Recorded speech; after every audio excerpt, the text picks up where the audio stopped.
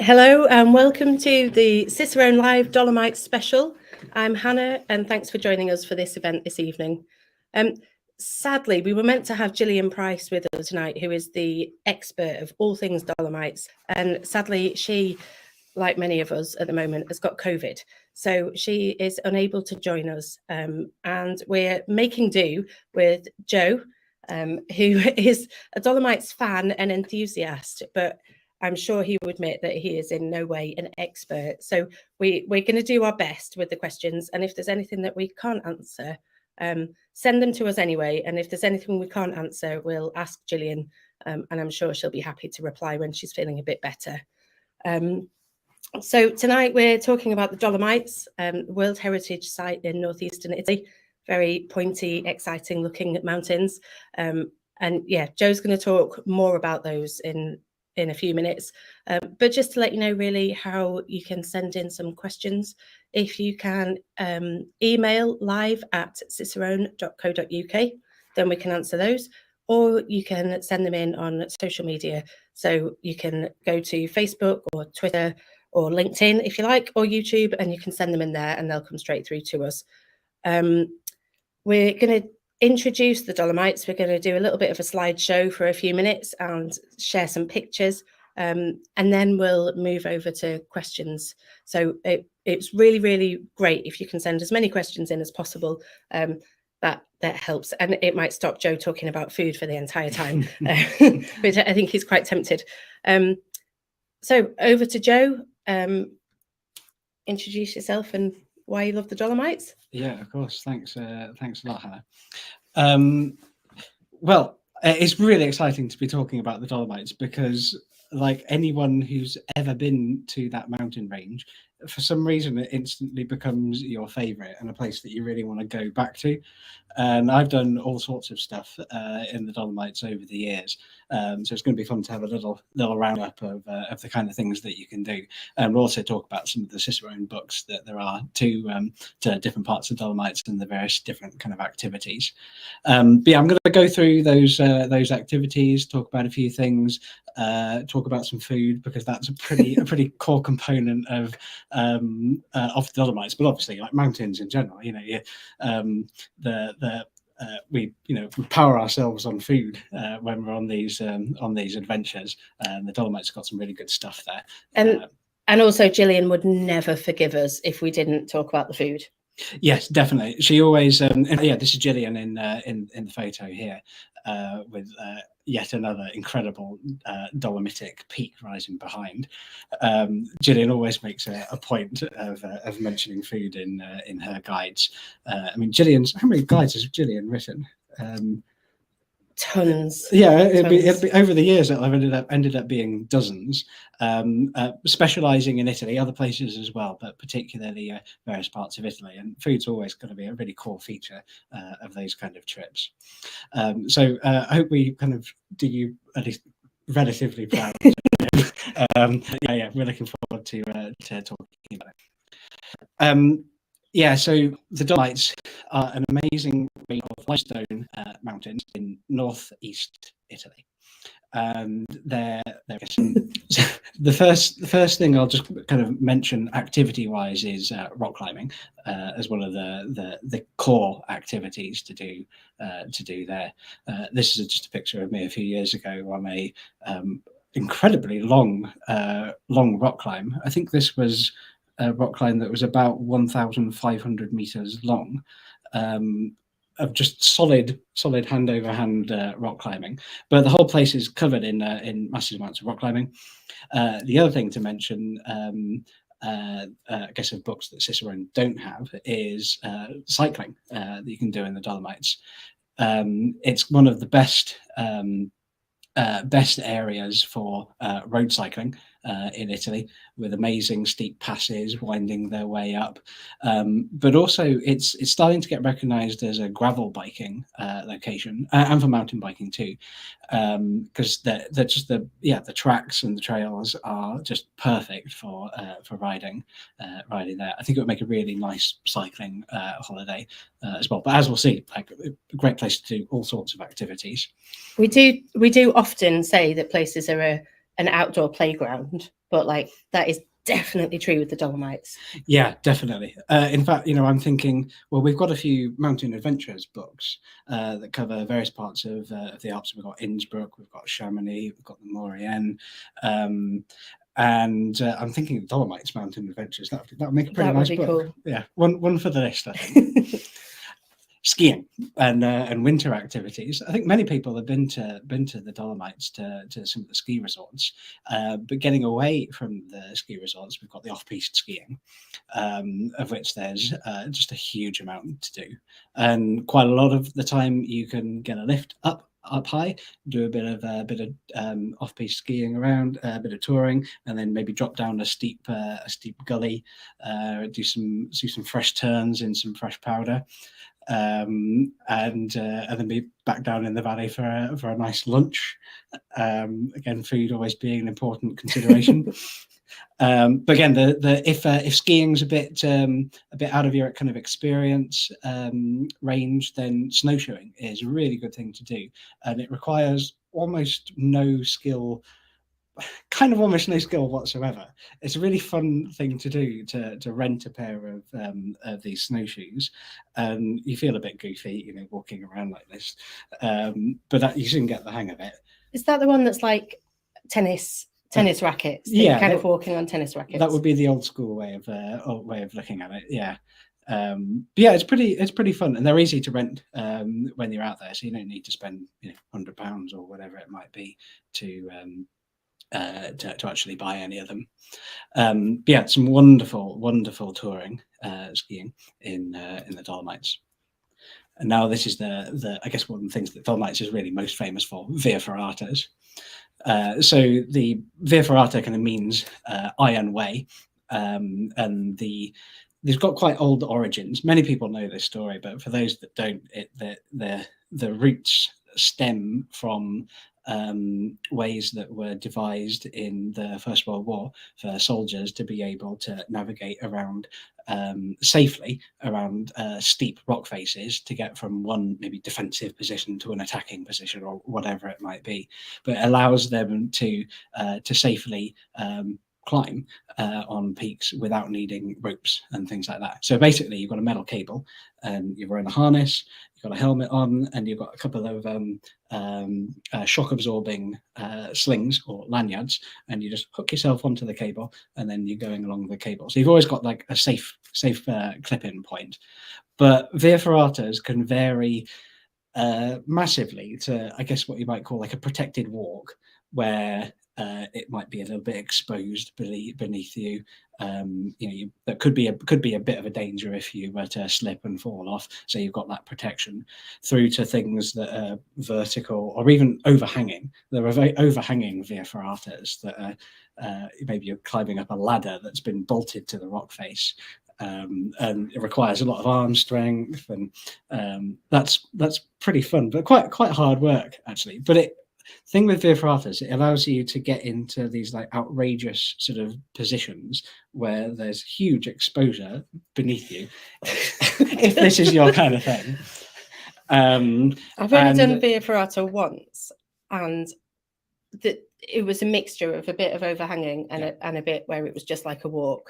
And on the really tricky bit, knowing that I was connected didn't actually seem to offer me that much comfort. It still felt like, I know. I'm not sure it's for me. They can be pretty scary, actually. But yeah, the Dolomites has got things of all different kind of difficulty ranges. There's another cool thing that you can do, which is actually hut to hut Via Ferratas. So basically, imagining that you're doing like a trek and staying in a mountain hut each night, but actually be traveling via Via Ferrata each day. I've done that in the Brenta Dolomites, which is in the southwest of the area. It just makes a really quite cool alternative little holiday. So yeah, Via Ferratas, that's the good stuff. Day walking in the Dolomites. I mean, this is a huge area, so there's so much variety that we can do here. The day walking, again, it varies enormously in its difficulty, but a lot of the time with the day walking, you've got more of that opportunity to sort of experience the history of the area. You know, seeing some of these wartime kind of environments, and then engaging a bit more in the cultural side of things. And again, it can be from lower down in the valleys to walking right up to summits. So there's some lovely day walking to be done, and that's in the Shorter Walks in the Dolomites guidebook. Then we can move on to some of the trekking and the hut-to-hut sort of things. There's a nice book that we have called Walking in the Dolomites, which presents, I guess you could call them like short treks, sort of 2, 3, 4, maybe up to 5 day long kind of mini treks. Always staying in mountain huts. So that's the kind of nice thing that can be done just for a quick holiday, like even a long weekend. You could get yourself over to the Dolomites for a nice little trek. But this is one of my favorite huts in the Dolomites. We found ourselves here in this hut above a cloud inversion first thing in the morning, and like all these Dolomite huts, there's an amazing view. There's amazing mountains all around. There's amazing hospitality, you know, very friendly guardians, and great food. So it's a lovely experience. Look, speaking of food, so we have to get started on this. So this maybe is an interesting example, because this is these are 2 polenta dishes that we've got here. We can see that Caroline in the photo is tucking into a breeze block size chunk of polenta covered in cheese, and I've got a meat version. I don't think either of us made our way through this, despite us having walked and run 50 kilometers before getting to this point. But the food, it's so good. Other great memories of food I've got are fresh gnocchi, purple gnocchi. Have you had purple gnocchi? I don't think deliberately. No, just an accident. Yeah. Well, yeah, I deliberately had purple gnocchi from a mountain hut for lunch. What else can I think of? I think this is one of my favourites, Käsespan, which is a sort of that sounds like a German word, and of course it is, because the northern part of the Dolomites is abutting Austria, and they speak German up there. But obviously they speak Italian too, and then English sometimes as well. But you often need to be switching in between different languages up here. But this, I guess, maybe looks like a little bit ugly, but that was incredibly tasty. It looks like it's a meal that you're halfway through, but apparently this is a deliberate. They kind of deliberately mess it up again. Yeah, they chop it up and kind of make it look a bit tatty. I'm not quite sure why they do that, but it's part of the fun of it. But no, that we didn't actually get started on that one already before that photo. Okay, so to the two big hitters in the Dolomites, Alta Via 1 and Alta Via 2. So these are the 2 main long distance treks, and they're the kind of things that a lot of people have heard of. We'll start with Alta Via 1. So Alta Via 1 is 115 kilometers long, and it's 11 stages, or 11 days. You're staying at mountain huts all the time. You could be camping, that could be an option as well. But generally huts are the best way to kind of really experience the Dolomites. Alta Via 1 is not too difficult. For example, if somebody has done something like the Tour of Mont Blanc, then going to do AV1 would be a fine thing to do, not really a particularly big step up. There are a few bits where there's a cable to protect. You don't need to like clip in with the carabiners or anything like that, but just hanging onto it when it can be a little bit steep. The views are incredible. The history that you can experience along the way, particularly when you come to mountains like Lagertsoi, where you can actually descend in the tunnels that the soldiers cut into the mountain in order to, for their defensive positions. You can do that when you're on this trek. It's absolutely amazing. So Alta Via 1, highly recommended. Alta Via 2. So I did Alta Via 2 about about 4 years ago, and it's literally one of the best trekking routes I've ever done. I literally want to go back and do it again right now. I could quite happily just do laps on Alta Via 2 for the rest of my life. There's just so much to see, and it's so beautiful. This, for example, is the view at the end of day one. And that's just day one, and you've got 13 more days where the scenery is like that every single day.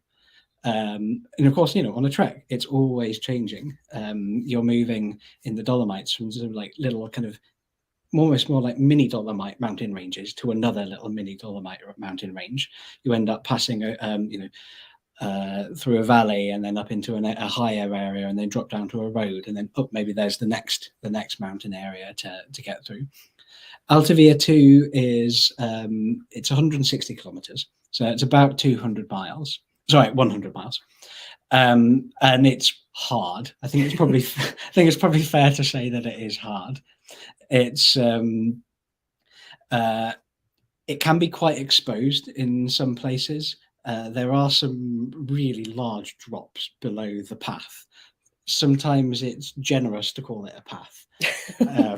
There are sections that we sort of started referring to as the sort of classic Alta Via 2 kind of terrain, where it would be a path, a very, very large drop below you, and then sometimes there'd be a cable, but actually sometimes there just wouldn't be a cable. They expect, I don't know, I feel like the people that maintain the route expect a certain comfort from hikers and trekkers to be okay on that sort of terrain. Having said that, though, Gillian, who wrote the AV1 and AV2 books, isn't a gung-ho, she's not a rock climber. Yeah, she is a walker and a trekker, and she's not up for doing things that are too far out of that walking and trekking comfort zone. So it's a bit hairy at times. I think that's the right way of putting probably it. It's not like dangerous. Absolutely not. But if you really don't enjoy drops below you, or ground that's particularly sort of technical and slightly scrambly, then there are definitely days on Alta Via 2 that you probably wouldn't enjoy. But if the odd bit of exposure is a bit exciting, and you're quite happy on your feet, then it's definitely great to do. There's also some sections on it that are quite, even if they're not, there's not a big drop, they can still be quite tough underfoot, like really bouldery and big steps down. I found certainly a couple of the descents on it like quite hard going. Yeah, I think it also, there's a reason why we've got so many books to the Dolomites. Yeah. So for me, I wouldn't be ready for AV1 or AV2 at the minute. I think I'd do some day walking, I'd have a couple of weekends, maybe do a bit of a hut to hut thing. Yeah. And then try AV1. And then if I loved AV1, I've built up that the skill level and experience level and the ability to be comfortable with a massive drop right next to my feet type of exposure level. And then try AV2. But for people like you that really have done lots of challenging things like that, and they thrive off that challenge, there is nothing better. Oh no. It's brilliant. And AV2, it fits well into, if you've got like a 2-week holiday, that works quite nicely. Same with AV1, you can quite easily fit it in. The other quite nice thing is we have to remember the Dolomites are not very far from Venice. And Verona, two amazing Italian cities. So it's perfectly doable to start, or I think probably better to finish your trip in the Dolomites with maybe a day or a couple of days in one of those cities, basically just doing a bit of sightseeing and obviously consuming some more food. But yeah, you're right. There are so many routes, but there are also not just these Alta Via 1 and Alta Via 2, but there's Alta Via 3, Alta Via 4, 5, and 6. So yeah, I'm kind of thinking now, oh, which one do I want to do? Maybe number 6. But these are routes that are covered in outline in our forthcoming Alta Via 2 book. Oh, actually, I need to remember to say there's brand new books of the Alta Via 1 and Alta Via 2. Alta Via 1 is already out, isn't it? We have Alta Via 1. Oh, yeah. Look, it's almost like we're professionals. Mm. We have a copy of Alta Via 1 here, and it comes with its own map booklet with the compass mapping of the entire route. So that's very handy. The AV2 book isn't out yet, but you can pre-order it on the website. And we will be offering a discount code. In fact, it's on the screen right now. If you use the discount code Dolomites on our website at cicerone.co.uk, you can get 25% off any of the Dolomites books.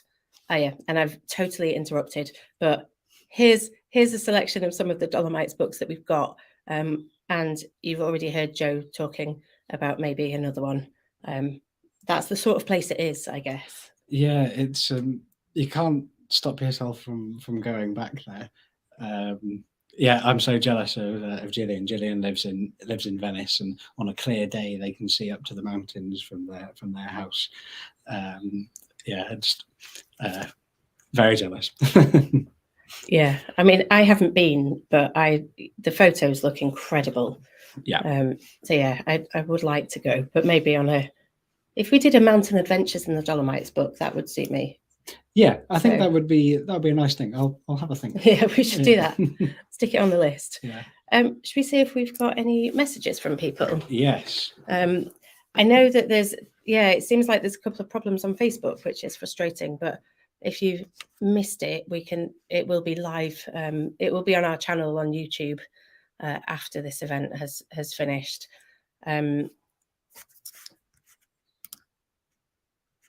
So yeah. Okay, great. Oh, some nice comments. Awesome skiing on the Dolomites. Yeah, it's great. It does look incredible. Yeah, it just looks fantastic. Okay, so we have a few questions coming in. If you've got any more at all, please do send them in to live@cicerone.co.uk. I know Facebook is being a bit glitchy, but we are still here. And we're happy. Oh, Inbar, Hannah, you've got to visit the Dolomites. I know. There's so many places that I've got to go, and I haven't. And all of these. Yeah, there's so many. Yeah. This is the bad thing about working here, is that we are never short of inspiration for places to go. No, and, it's pretty hard working here. Actually, it's pretty tough. It's pretty tough. Yeah. Somebody tell the boss that we need more holiday. Okay, so. You touched on this a little bit before about it being near Venice and Verona, but how easy is it to get to the start and finish points? Well, to the start points of the AV1 and 2. Yeah, so in short, it's quite easy. I guess first I'll just touch on the train side of things, because that's always I think the first thing to think about is if you're going. For me, if we're going away for that amount of time, thinking about what can I get there by train rather than flying as the first sort of option. And yeah, it's not too hard. There's good connections that can take you through to Milan and then across to Verona and then up into the Dolomites, or you can come the other way from Austria. So good connections through to Munich, then round to Innsbruck, and then over the pass and into the Dolomite area. So that's good. We've got that kind of bit covered. So that's nice. And then there are a range of, I guess, buses that can also connect us in. But in order to get to the start of Alta Via 1, it requires basically it requires a train and a bus. And it's pretty easy, not too time consuming. Alta Via 2 is really easy to get to the start of. That's in the town of Bressanone, which you might see on Google Maps also called Brixen, because it's one of those kind of half German, half Italian language cities in that kind of northern region. And there's a train station there. Literally, you just get a train from Verona straight up to Bressanone, and you're on the route. So that's nice and easy. But it'd also be quite common for people to fly to Venice. Verona's also got an airport that's got some quite nice connections too. But again, it's really easy. Just either taxi or a shuttle from the airport to the train station. You don't have to go to the centre of Venice. There's the sort of Venice Maestro station, and then you can shoot straight up into the Dolomites from there. It's like there's a couple of hours. Really, it's not much longer than that. And then leaving. Again, Alta Via 2 is a little bit easier to leave from because there's a train station in the town of Feltre, which is a beautiful little. It's kind of like medieval, actually, the centre of Feltre. Again, with lots of good train connections that can take you out back to Venice. Alta Via 1, again, there's a bus, and then you got a train. So it's no big deal. You don't need to be doing anything like hitching or getting taxis or anything like that. Cool. And keeping on this theme of how practical concerns, what are the huts like? How many huts are there, and how easy are they to get to? So the huts, you're thinking specifically about Alta Via 1 and Alta Via 2. Well, number one, they're everywhere. And it's very, it's either very rare. I actually can't think of a situation where you walk and do an entire day's walking without having got to a hut halfway, or even more times between that start and that finish of that day. So the huts are everywhere, and they are. I mean, there's also some hotels up there. I think that's kind of worth bearing in mind that sometimes you might choose to spend a night in a hotel, but the huts, you've either got dormitory accommodation. Often they've got private rooms that you can choose. Sometimes you can get a shower. In fact, you can usually get a shower in most places, which is quite nice. But yeah, the food, that's kind of the main thing. You're always going to get a like in any hut in the Alps, a standard set meal every evening with a starter of some kind. Often it's like a soup, main meal of some kind. It could be well, in fact, in Italy, that's the starter might also be a pasta, and then we might go to a more hearty main meal, and then a dessert. Of course, for vegetarians and vegans, I think it's a bit trickier. The vegetarian would go for the polenta smothered in cheese. That could work quite nicely, but I think as a vegan you would struggle. Would it just be plain polenta? I think it probably would be. It's not to say that they're going to force feed you meat at these, but it's just not going to happen. They're going to do everything that they can, but it's worth bearing in mind that many of the huts are quite isolated. There's not necessarily a road that leads up to there, so they're going to do the best that they can within the limited resources that they've got. I have to say, I think when we published a book a couple of years ago called The Hut Book, which is all about mountain huts.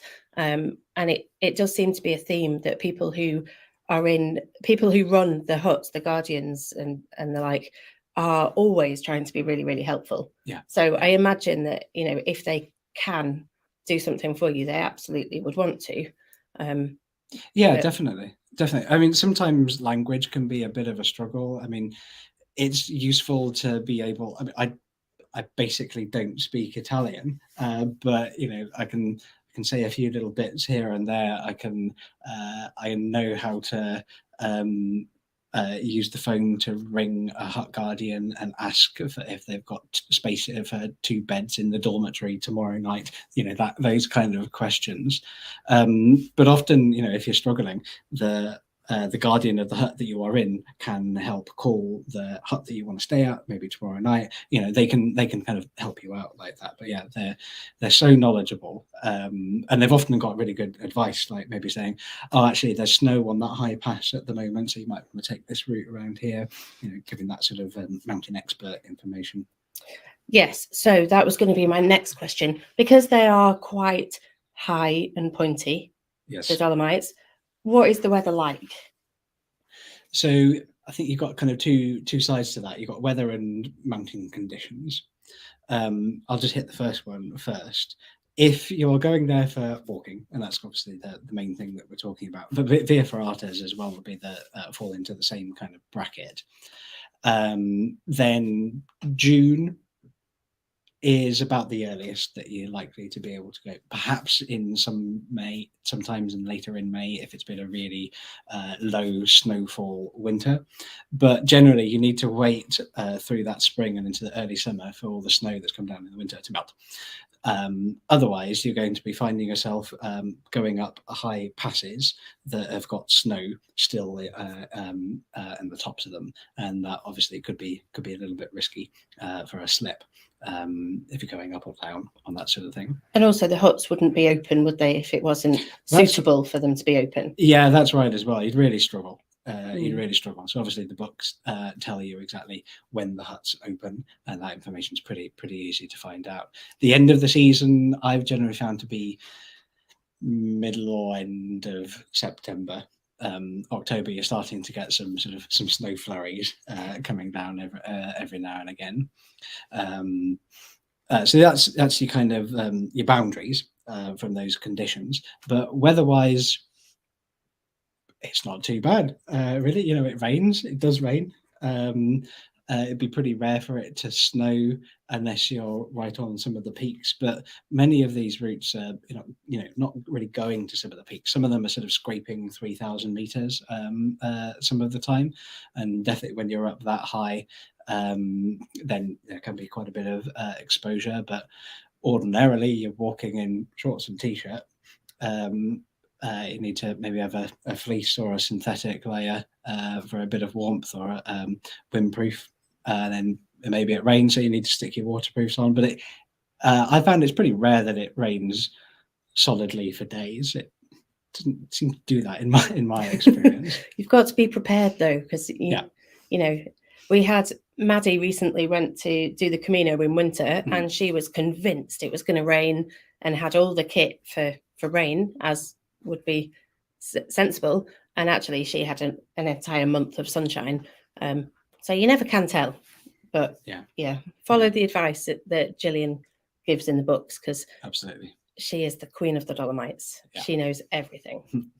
So again, related to that a little bit, what equipment do you need? And this is not for Via Ferrata, because for Via Ferrata you do need completely separate equipment, and that's quite important that you make sure you get the right stuff for that. But for the walking and the trekking, what equipment would you take? Well, I'll just start with Alta Via 2 and that Via Ferrata side of things. I think just for those that are thinking about Alta Via 2, but maybe have found what I've been saying a bit off-putting. Alta Via 2 is not a Via Ferrata route. There are some sections where there are some cables, and we maybe call that like protected walking, but it's not a Via Ferrata. I have seen some people choose to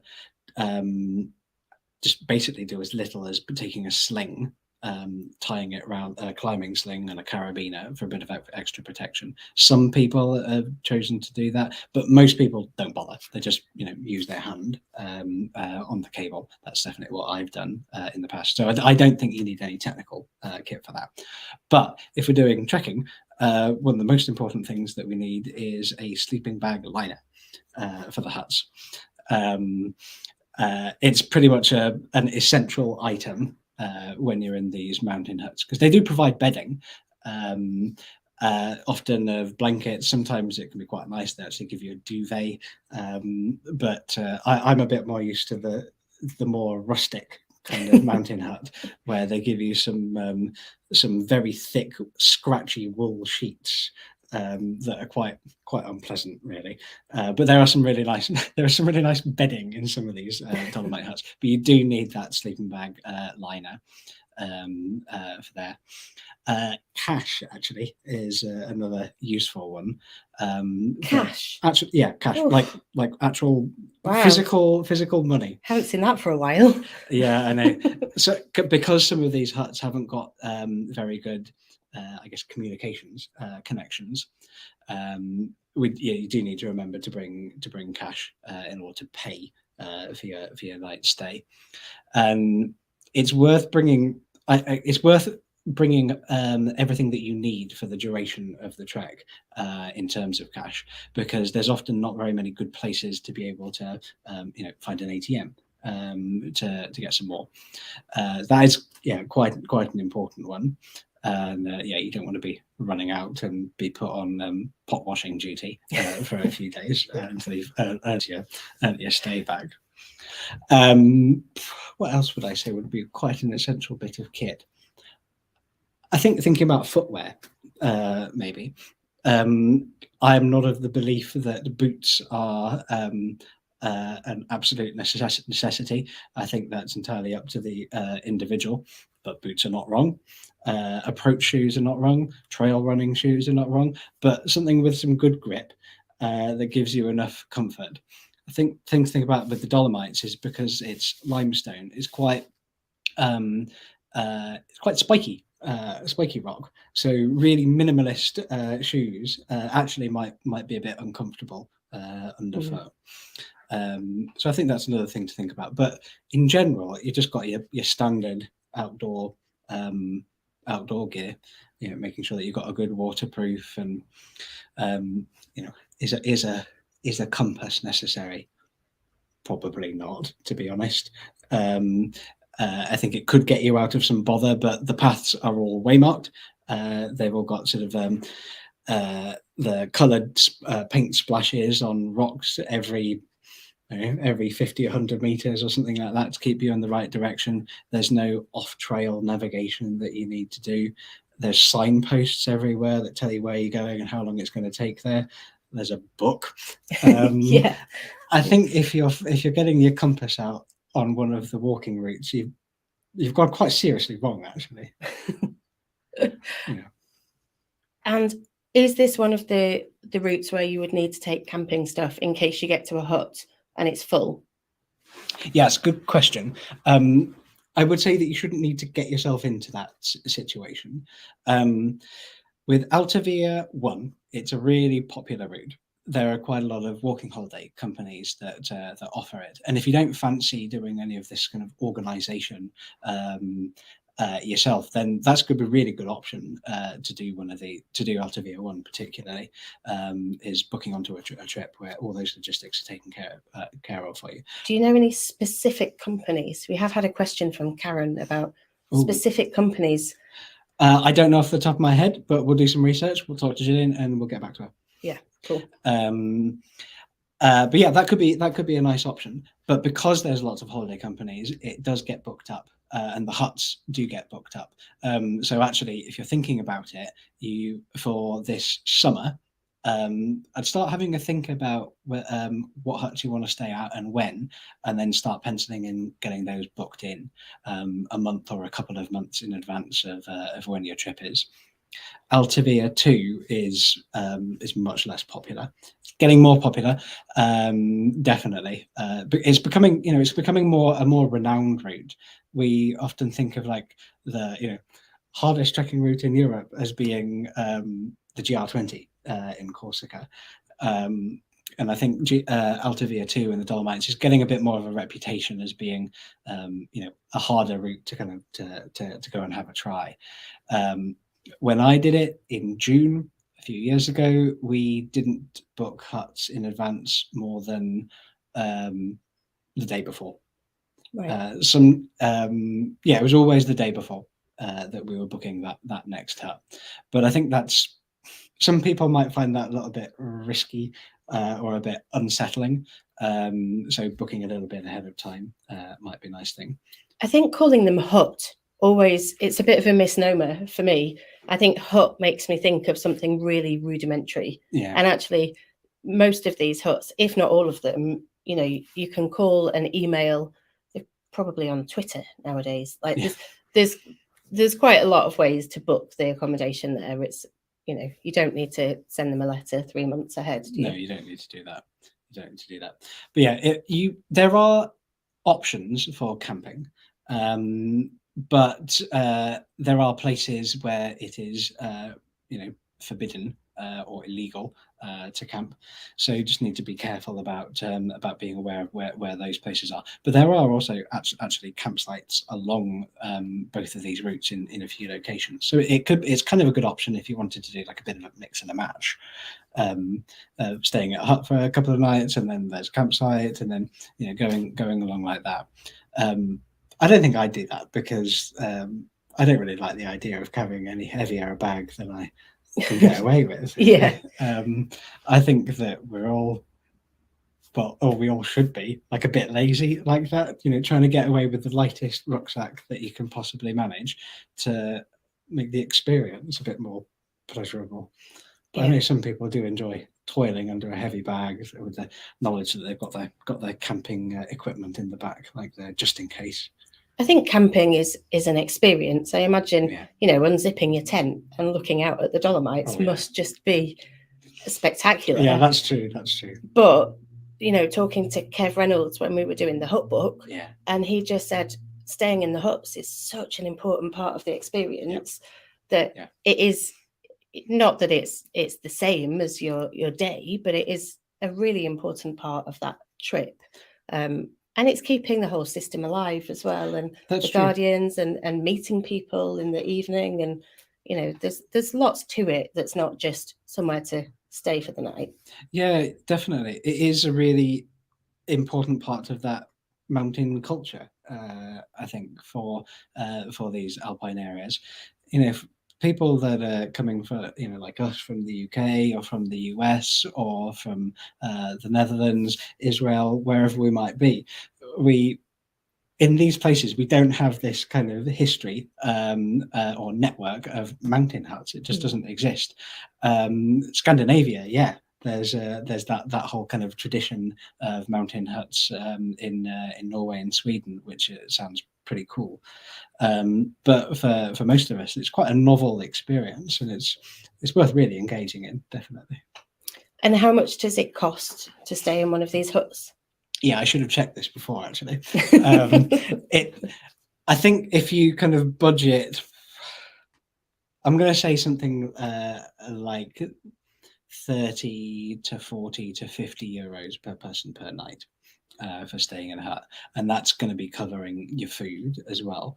I think those kind of upper numbers are likely to cover you for having a few drinks, maybe a couple of glasses of wine, or buying some bottles of water, because sometimes you need to do that if the water in the tap isn't actually drinking water. So it's that kind of range, but it's worth sort of going for it and not saying, oh well, we won't get the food, because that'll actually be quite a strange experience, I think. And then again, always opting to go to sleep in the dormitories is always going to be a bit cheaper than some of the private rooms, depending on what you're into. The other thing to remember is being a member of an alpine club of some kind. So in the UK, that could be the BMC, the Austrian Alpine Club, or the Alpine Club. We can also be members of the Swiss Alpine Club. There's all sorts of these kind of clubs which get you a good discount. So it's literally a no-brainer. And I think maybe I'd say a special plug for the Austrian Alpine Club, because with the Austrian Alpine Club, you get mountain rescue insurance built into your membership, which is a really important thing to make sure that you've got covered before a trip like this, just in case something was to happen and you need to call a helicopter to help you out or something like that. But yeah, Austrian Alpine Club, I think it's really cheap. It's just do it. Yeah. Somebody's asked a question about the difficulty in comparison with the oat route. Okay. I guess AV1 and AV2. Yeah. Well, similar kind of distances, similar number of days. They're both linear routes. They're all linear routes as well. This is kind of quite, I think, one of the nice things is you're doing a journey with going from A to B on these routes. Difficulty by AV2 is definitely definitely more difficult than the haute route. But I think I'd probably put AV1 and Chamonix de Zermatt or the haute route on a fairly similar playing field. Often on the haute route, you've actually got slightly longer climbs some of the time than on Alta Via 2.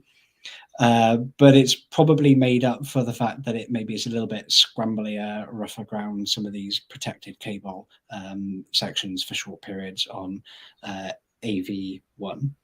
But if you've done the haute route, AV1 will be fine. If you did the haute route and thought this was just the easiest thing I've ever done, then jump on AV2. Yeah, definitely. Give it a go. Why not? Yeah.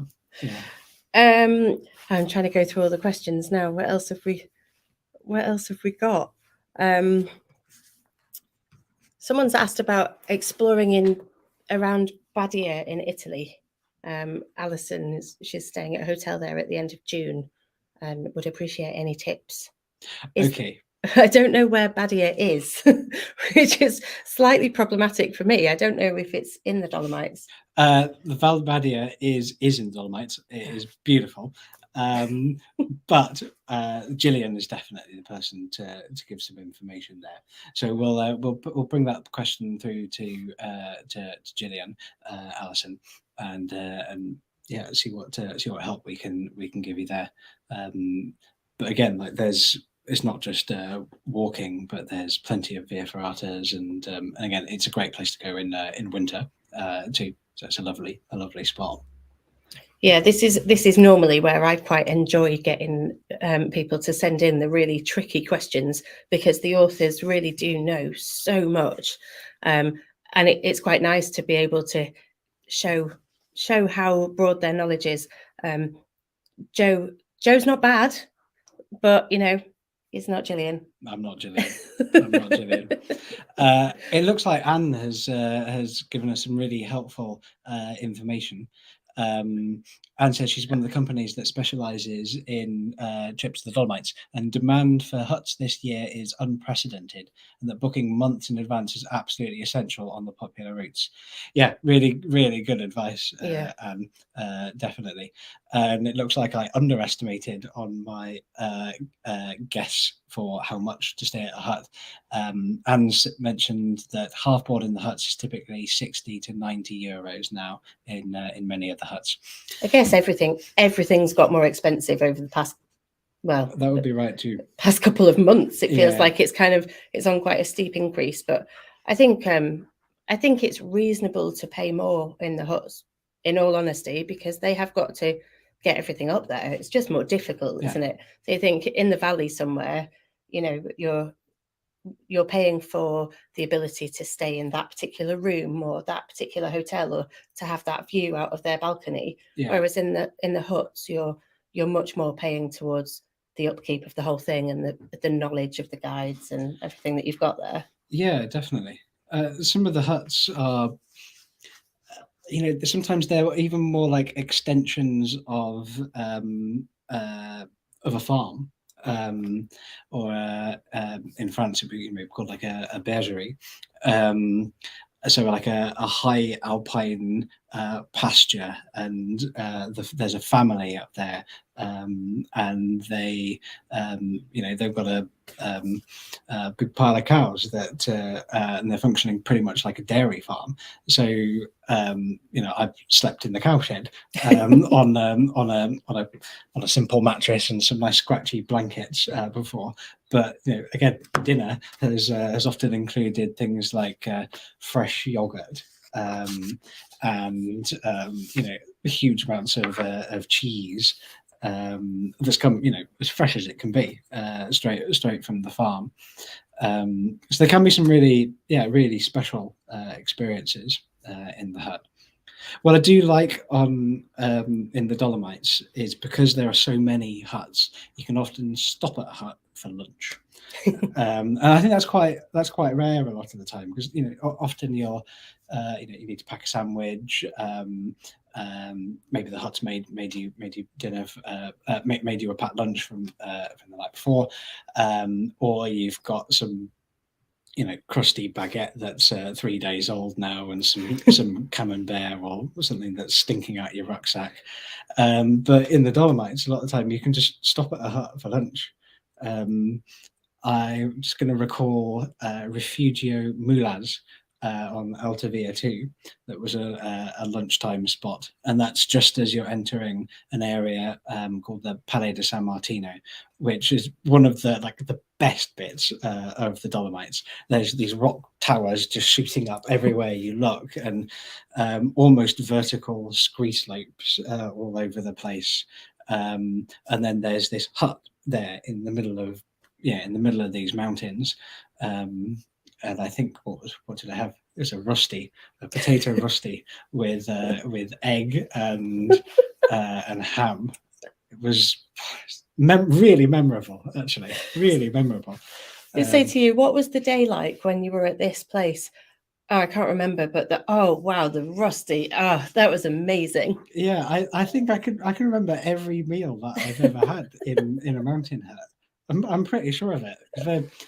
They always do seem to be quite memorable. Yeah, I'm never sure whether it is genuinely the best food you've ever had when you're trekking, or if it's just that you are so grateful for anything. Yeah. Well, I'm not sure. I'm still not sure. Well, 9 hours of unrelenting up and down in the Dolomites is probably going to make that braised block of polenta and cheese more appetizing than it actually is.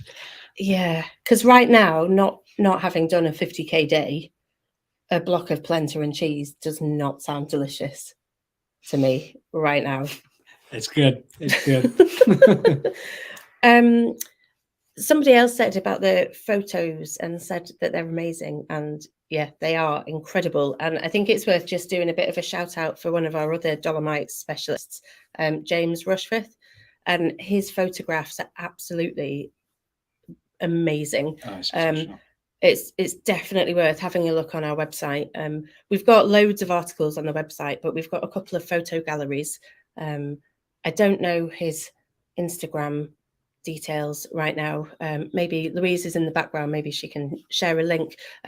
But he's an incredible photographer, so it's really worth looking him up. He did the cover of our 50 Years of Adventure book, didn't he, with the Milky Way over the Tre Cime, and it so I know we've given a good shout out to Gillian, but also check out James Rushforth, because he's a stunning photographer. Yeah, James has got we've got 2 books from with James at the moment. We've got the ski touring and snowshoeing in the Dolomites, wonderful book, and the Via Ferratas, volume 1. James is working on the volume 2 right now, so it's going to be great when we can get that book published next year. I think it is later next year. Lovely photography, really nice. Yeah. So I think we've come to the end of most of the questions. I think the issue on Facebook hasn't helped with getting some questions in. So what I would just say again is Gillian is always really happy to help with questions. So if you send them through to us, and we can pass them on to Gillian, and we can always do a podcast on it if we need to. We've got another quick question just come in. Would you say that the AV1 is less hard than the Tour of Monte Rosa, but a bit harder than the Tour of Mont Blanc? How does it compare to the Tour of Mont Blanc? And that's from Justine. Thanks, Justine. And you have done, actually, Tour of Monte Rosa and the Tour of Mont Blanc. So this is a good question for you. I have done all of those. How's the food on all of those routes? No, don't. Well. We haven't got time for that. I think actually it probably is right to put Alta Via 1 somewhere between TMB and Tour of Monte Rosa. Tour of Monte Rosa is hard because the climbs are really long. It's actually ridiculous how long some of the climbs are. Some of the there are multiple 1,500 meter long cols that you need to go up on Tour of Monte Rosa, which is insane, really. And there aren't any climbs that are remotely that long on Alta Via 1. but like there are a few sort of slightly exposed scrambly bits. There's a few bits like that on Monte Rosa, but if you've done TMB and if you've done Tour of Monte Rosa, Alta Via 1 will be fine. Yeah, it'll be absolutely fine. And if you hadn't done any of them and you were just choosing one, which one would you say? Out of all of those possible routes, Yeah.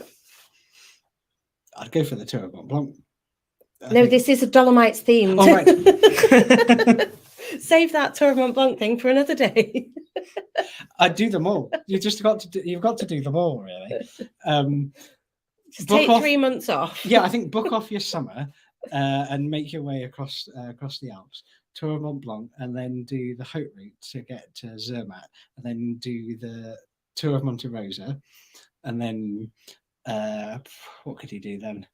Anyway, you could journey your way across the Alps on all of these trekking routes. Have an amazing time.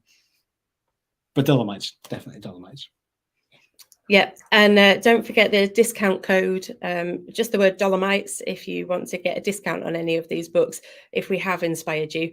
Hopefully we have. That's kind of what we're here for, and hopefully we've helped answer some of your questions. Thank you for joining us tonight, and thank you for bearing with the technical issues that we've had.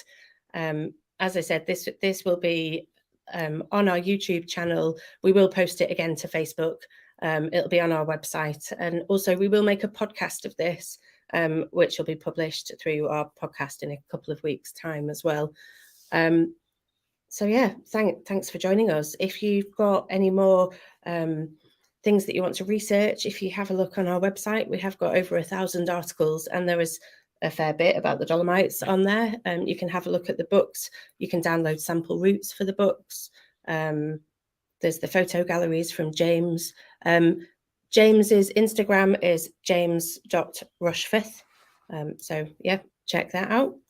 I think that's it. That's it. It's a bit weird, this, because we're here together for the first time. For the first time. And it's a bit unusual. We're so used to now having computer screens. So but yeah, I hope you've enjoyed it. I'm pretty sure we've enjoyed it. I have. And yeah, thanks very much, guys. Thanks, everyone. And see you next time.